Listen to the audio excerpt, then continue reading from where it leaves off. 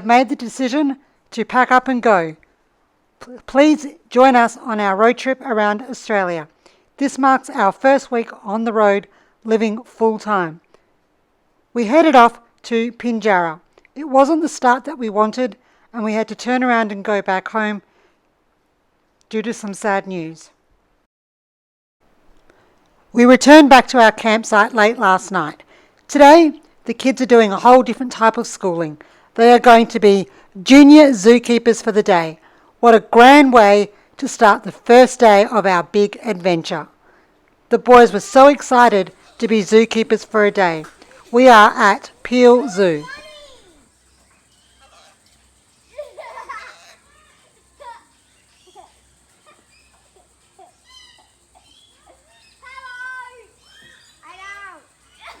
Zach is 9, Ollie is 7. Repeat after me. Hello. I am a parrot and I am Gilda the peacock. Hello. Chicken! The boys were pretty impressed with this peacock. One of the first activities that the boys had to do was prepare the food bowls for all the animals. The boys had to cut up fruit and vegetables and evenly place them out in the different bowls. The zookeeper explained to the boys what different animals eat different food, and which animals can have a fruit diet, which animals have a meat diet, and their favourite foods. After preparing the food, the boys loaded up the food trolley and took turns in pulling the very heavy trolley. Then the boys got to go inside various cages to help clean the cage. The zookeeper explained the importance of keeping cages clean and how to keep the water bowls and the water containers clean. Once that was done, the boys refilled all the water containers and then fed the animals their prepared food. The ferrets were a wee bit excited and they tried to help with the cleaning, and at one point they were trying to get into the boys' shirts, into the boys' shoes and into the cleaning buckets. They were very helpful and curious creatures.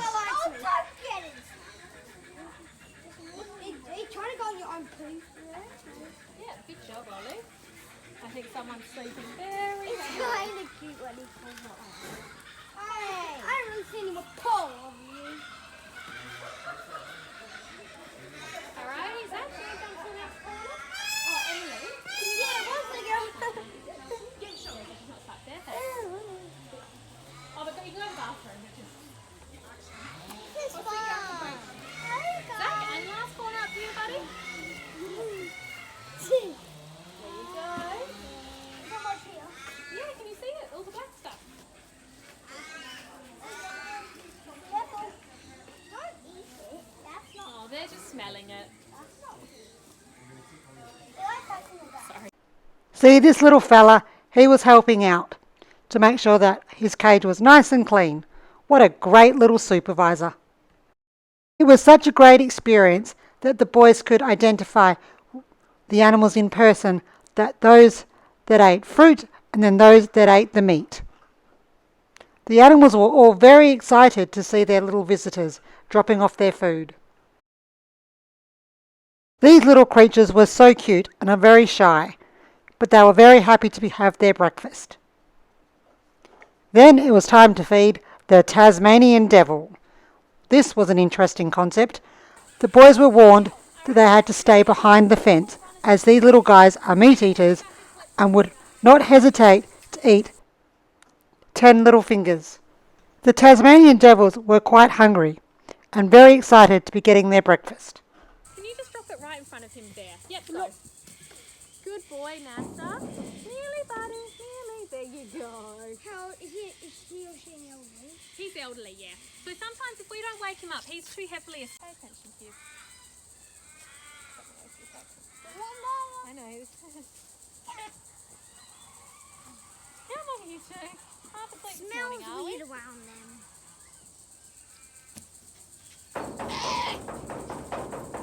Over here, buddy. You're nearly there. You're nearly there. You're nearly there. Good boy. Now the last step we've got, Zach, is quiet. Some of the animals were very curious to see these young boys in their bright orange shirts and wondering what treasures they were going to bring them and if there were any good treats for breakfast. Once all the animals were fed, it was time to do the dishes. Then the boys got to sit down and have a break and have their own lunch. After lunch, it was time to say hi to the koalas and have some cuddles with some of the animals and to take the dingoes for a walk. The boys really loved this interactive section. The boys were so brave and they were so gentle with the snakes.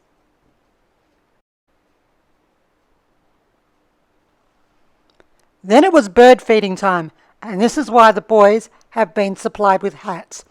This was a hilarious session. They even came to say hi to me, and I wasn't very impressed because I was not wearing a hat. I have muted the videos as the boys were being very loud and doing lots of screaming and squealing. They were told that they could jump up and down and put their arms in the air if they wanted the birds to fly away.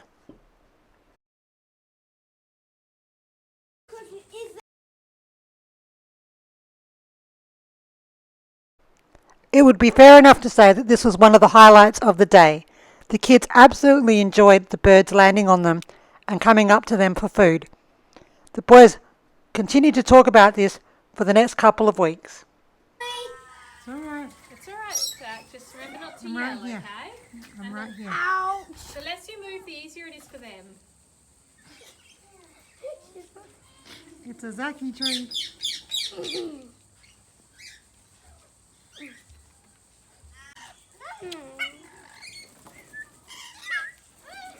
alright, Ollie. It's okay. If you feed them up there now, you won't come down to your hand. Oh no. Ollie, I'm trying to help you with that. Can you let me help you? Look at the smiles on the boys' faces. I was happily filming when this happened.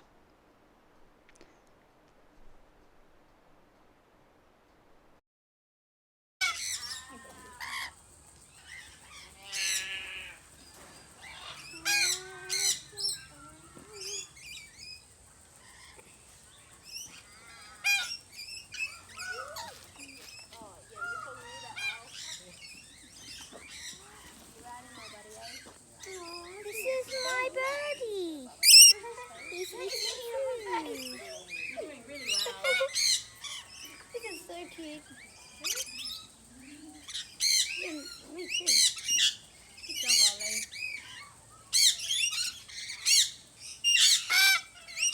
Where are you going, Ollie? Ollie, buddy, where are you going? Oh, that's so cool. Hey, don't nip my hat. Lots of little black ones jumping going on me. Oh, jeez. After bird feeding, it was time for some cuddles. The boys love cuddling small animals. These ferrets loved all the cuddles that they could get. Their favourite game is how fast can we get up the boys' sleeves. After cuddles, it was time to walk the dingoes.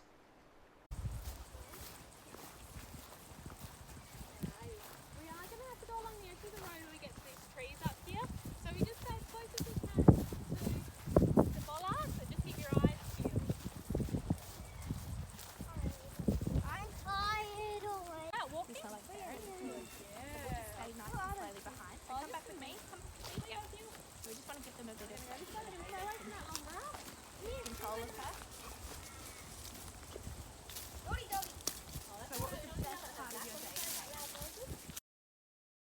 The boys got to have a quick rest while the dingoes went for a splash.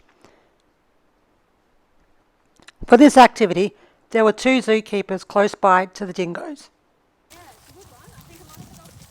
the skin's basically like steel.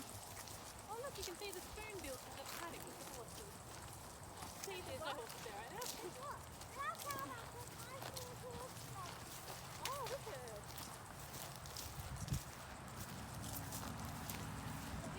All the animals at Peel Zoo have ended up there due to misadventure or injury or for some other reason that they cannot be in the wild. Why?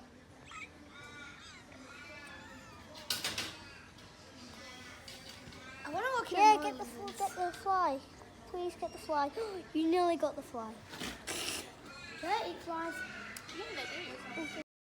Next up, it was time to have cuddles with the lizards, and Ollie tried very hard to get his little friend to catch the fly that was on his shirt. What a great experience for the children. Unfortunately, due to health concerns with the koalas, the boys could only give them a pat, but that was good enough and it made the little koala feel much better. Then the boys got up and close and personal with the kangaroos.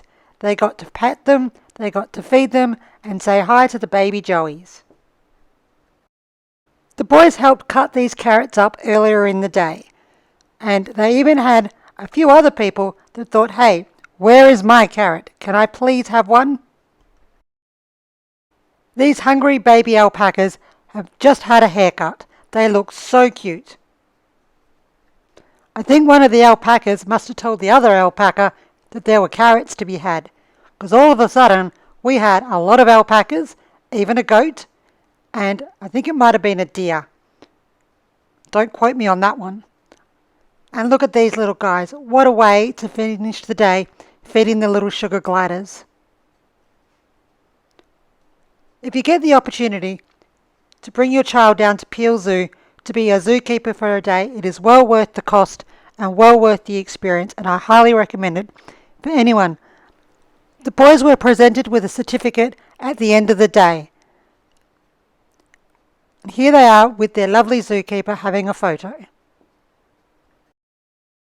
Next day was another school day. We did the Alcoa refinery tour, where the boys learnt all the history of the mine site in the town and the tree rejuvenation project. We had to sit on a bus for a very long period of time as we drove through the mine site. I may have drifted off to sleep at one point, but the kids remained entertained. The Alcoa Pinjarra alumina refinery is one of the largest alumina refineries in the world, operated by the Alcoa Corporation. The refinery opened in 1972. It produces 4.2 to 4.7 million tonnes of alumina per year. That's already been identified and is on our current mining plan. So this is the Tibian mining region, and then we will move up into what they call the ground, so up into across to here. But before we do that, then obviously we're either going to have to remove the crusher and extend the conveyor, or build a new conveyor, or develop some other method of transporting the ore around back to here. So that's part of the process that they're going through now. So the pit that we are going to go to today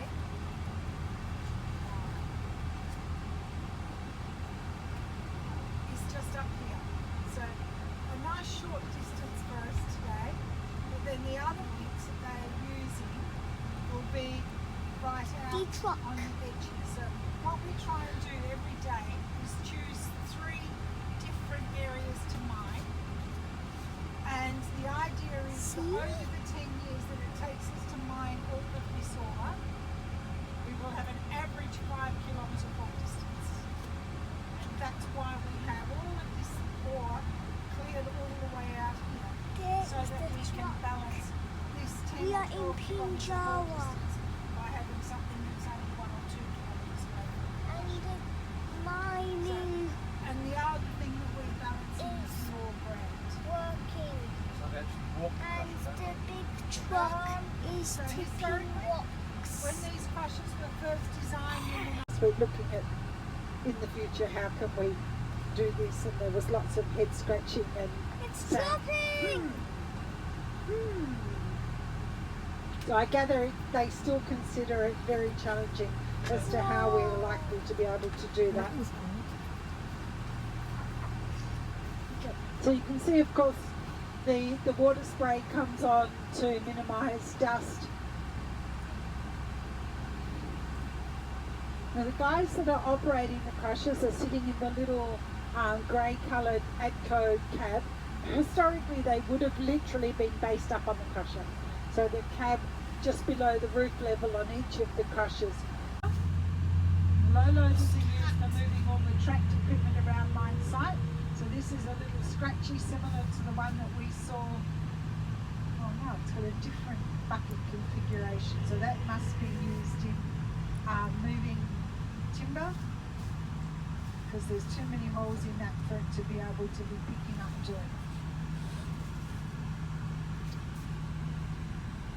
You might notice that low loader, the rear wheels on the low loader are hinged. What is really interesting is the reforestation project, which is a part of Alcoa's operations around the Pinjarra refinery in Pinjarra.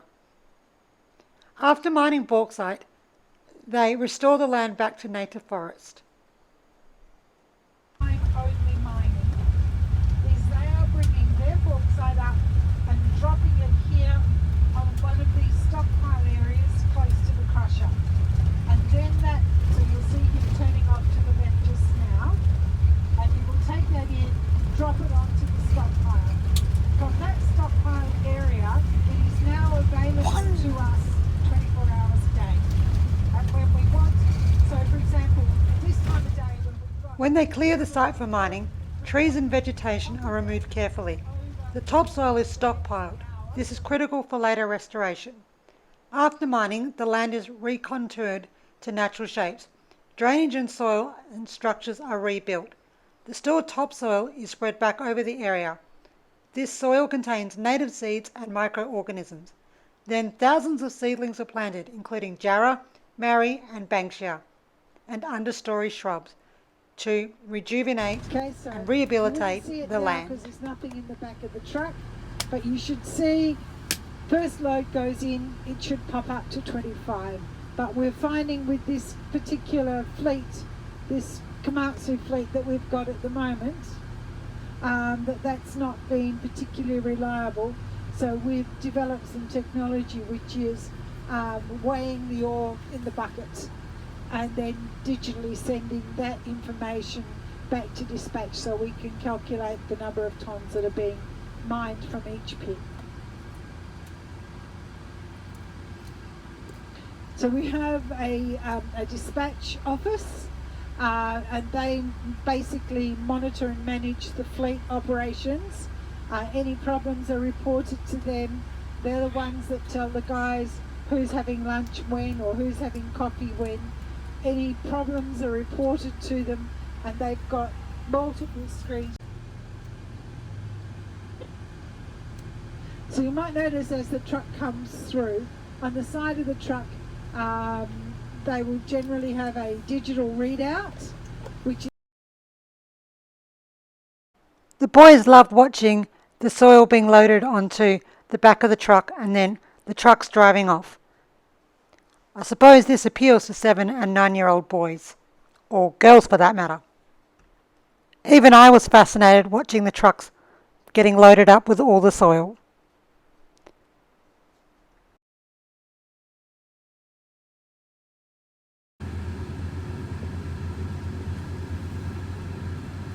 How many trips a driver does in a 12-hour shift is entirely dependent upon how far away from the crusher the pit is. Obviously, if you're on a long pit, you might only do half a dozen trips from a shift. Someone close might do a dozen or 20.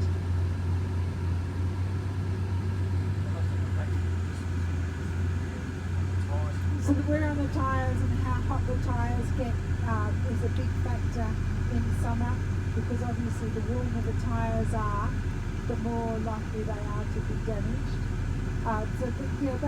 The refinery tour is another great thing if you're homeschooling or road schooling on the road.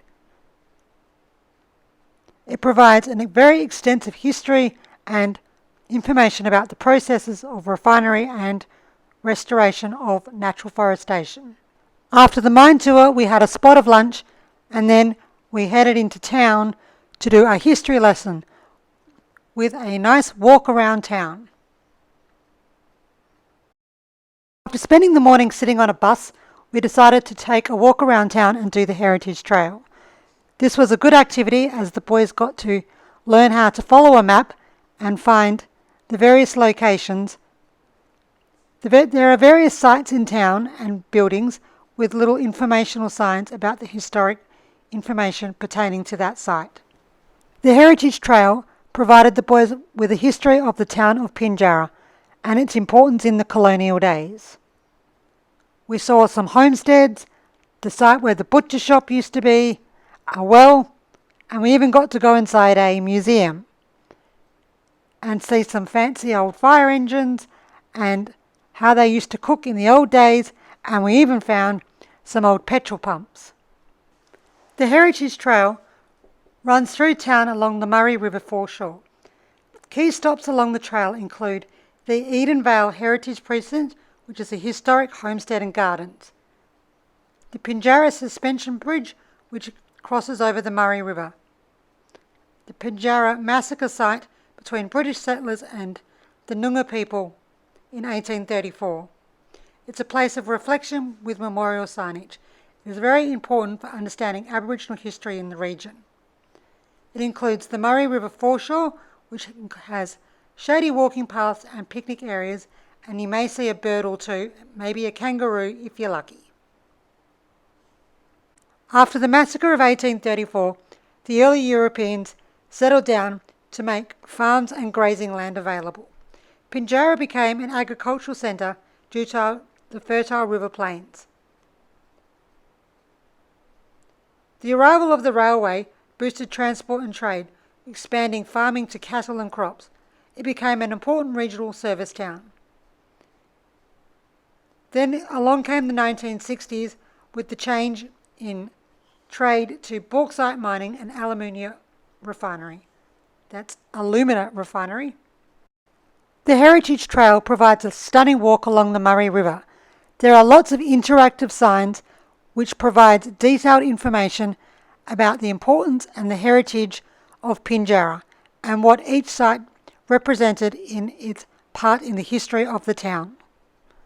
This is a great educational experience We've been to quite a few historic towns in the past. Pinjarra offers a unique experience in including all the buildings that were part of the original colonial town. If the site is no longer in existence, there is a plaque in its place. So all the buildings that were originally here have been included in the tour. The map says the walk trail can take 1 to 2 hours, but you can take as long as you like or visit over as many days as you like. You can stop and have a coffee and a cake somewhere, or grab a spot of lunch, or have a picnic by the beautiful Murray River. But don't forget to cross the wobbly suspension bridge. Even though I'm afraid of heights, this was a great laugh. The Pinjarra Suspension Bridge is one of the most recognisable landmarks in Pinjarra, crossing the scenic Murray River and forming a key part of the Heritage Trail. It is for foot traffic only. We are staying at the Pinjarra Caravan Park. We learnt the one rookie mistake. We have parked our van on a prickle patch, so it is a shoes only when we get out of the caravan.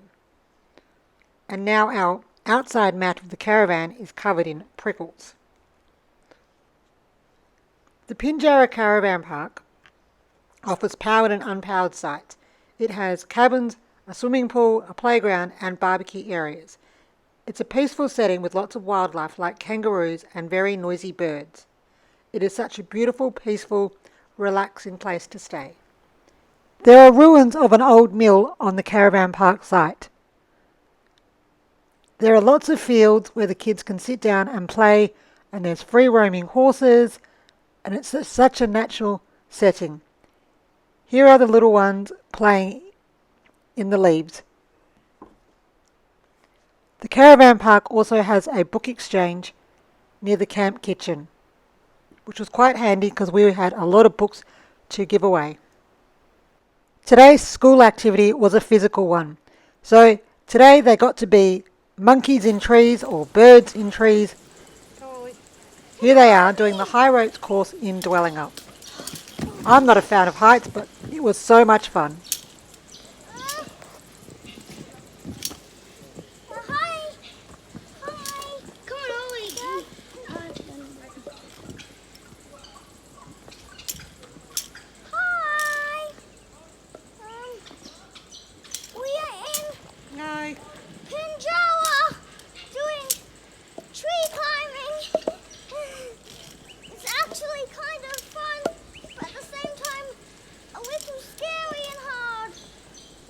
There are quite a few of these courses around Australia. We are going to try and do as many as we possibly can.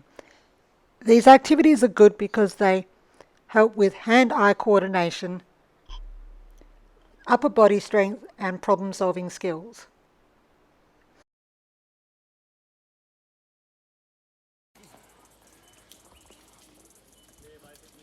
Why are you doing those things? Filming the whole course.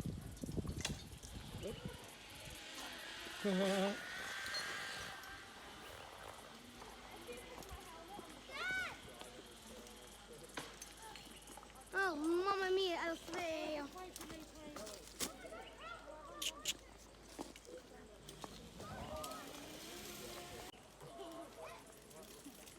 Dad, how did you do this with your class?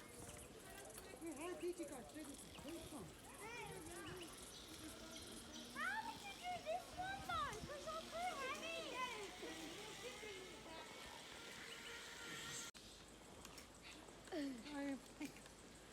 If you slip, you're going to end up with one of these in between your legs. This hurts. No. Oh my God. Guys, this is hilarious, you know. Oh, good. Thanks, Ian.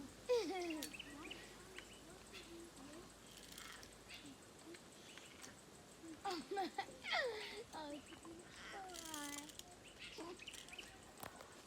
You just want to watch me slip and get my hoo-ha. Nice work, I was filming that. This has got to be the hardest one. Even I had a go and it was quite challenging. I'm not a fan of heights, but I'm glad I did this with the boys. What a wonderful experience. At the end of the course, they got a certificate of achievement. They sure are collecting their certificates on this trip. After the high ropes course, we took a drive through Dwellingup and stopped at the local fruit and veg market and a local playground. You think the kids would be tired, but nothing can stop these two from playing. Then we spent the afternoon relaxing at the caravan park and speaking to the chickens before we packed up our caravan, ready to head off in the morning for Lake Navarino. We headed off to Lake Navarino to camp without power and not connected to water either. This isn't a challenge as we have external power, or maybe that's internal power, not 100% sure, but we also have water tanks. We met up with some friends at this campground for the next few days. Today's schooling activity was horse riding and learning how to care for horses. It was a very interesting lesson.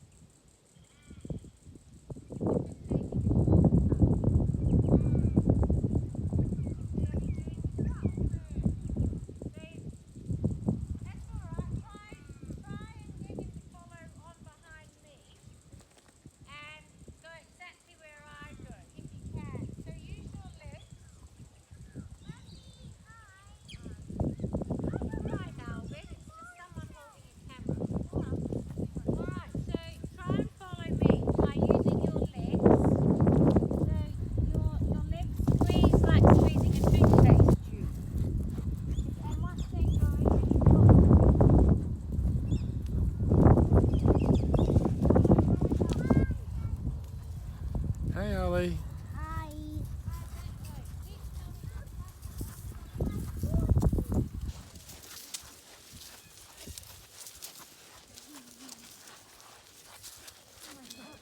Alright, you come over here, Narelle, so you just got to stick your...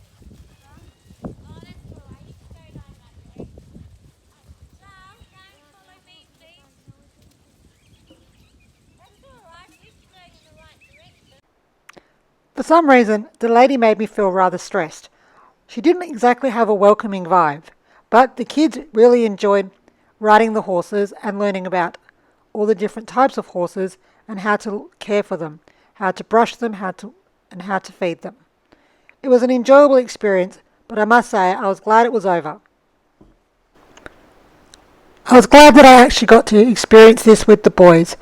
It is good to spend time and make memories with the kids while the other person in the family is on the other side of the camera. This is one of the most important things that we're going to take with us on this trip, is that both parents get equal share doing family activities together and also doing all family group activities, so we can make as many memories as possible.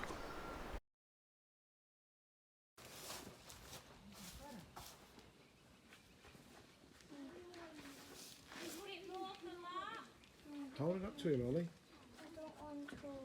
I've got enough. Show him, Charles, how to do it, please. Go closer. He needs to go a bit closer. The horse can't reach it. Go closer, Charles. He can't reach. This is there. Go on, Ollie. Go on, Ollie. Hold your hand out. See? The importance about horse riding and this lesson is that the boys get to learn to trust the animal and become friends with them and feel confident in being able to feed them, ride them and care for them. This is a valuable life lesson for the children. It was such a rewarding day. The boys thoroughly enjoyed their time with the horses. After horse riding, we went back to the campground to spend the afternoon with our friends at Lake Navarino. At Lake Navarino, there are plenty nature-based activities that you can participate in. There is bushwalking, riding bikes, sitting by the beach, well, the shore, and looking out over the lake. You can go swimming in the lake or even take out a boat. Here are the dads sitting by the shore, just chilling and taking in the scenery. The boys had a great time riding around their bikes and exploring.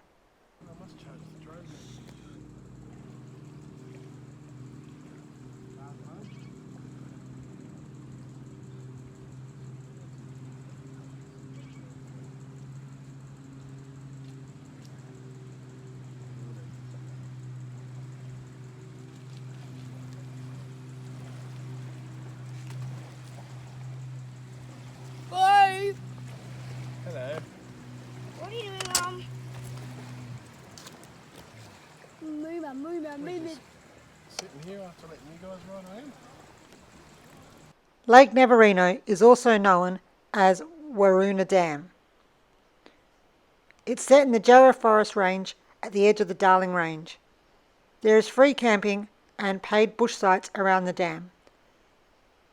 You can do fishing, kayaking, swimming and bushwalks. Some areas are accessible by two-wheel drive, but mostly you need a four-wheel drive. Our next stop was Drakes Brook Weir. We stopped at the winery for lunch and then we headed over to the weir for a bushwalk and a swim. The winery had beautiful views of the weir.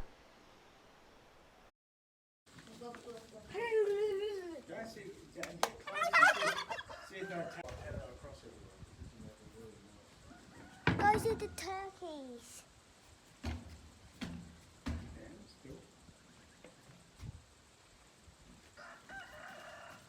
You don't understand the meaning of the word still, do you? Maybe that's why they complain.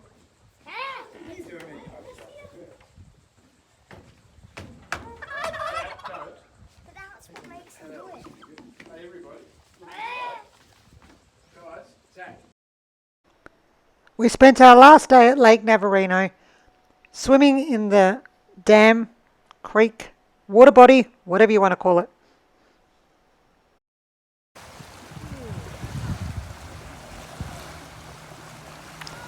My boys are strong swimmers, but sometimes when we aren't confident with the water, we get them to put on their life jackets when they go into the water.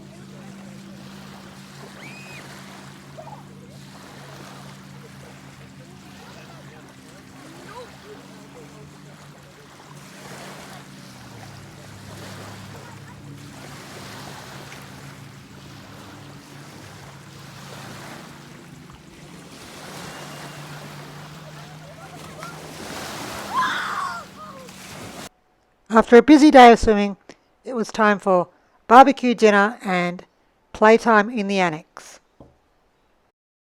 So I might have said that yesterday was our last day, but today is actually our last day. Come up this way. Come on, Lewis. Where we go? Before we come up this way. Big sand all over you. Can you get Mum? Can you get Mum? Can you get Mum? No, you walk this way.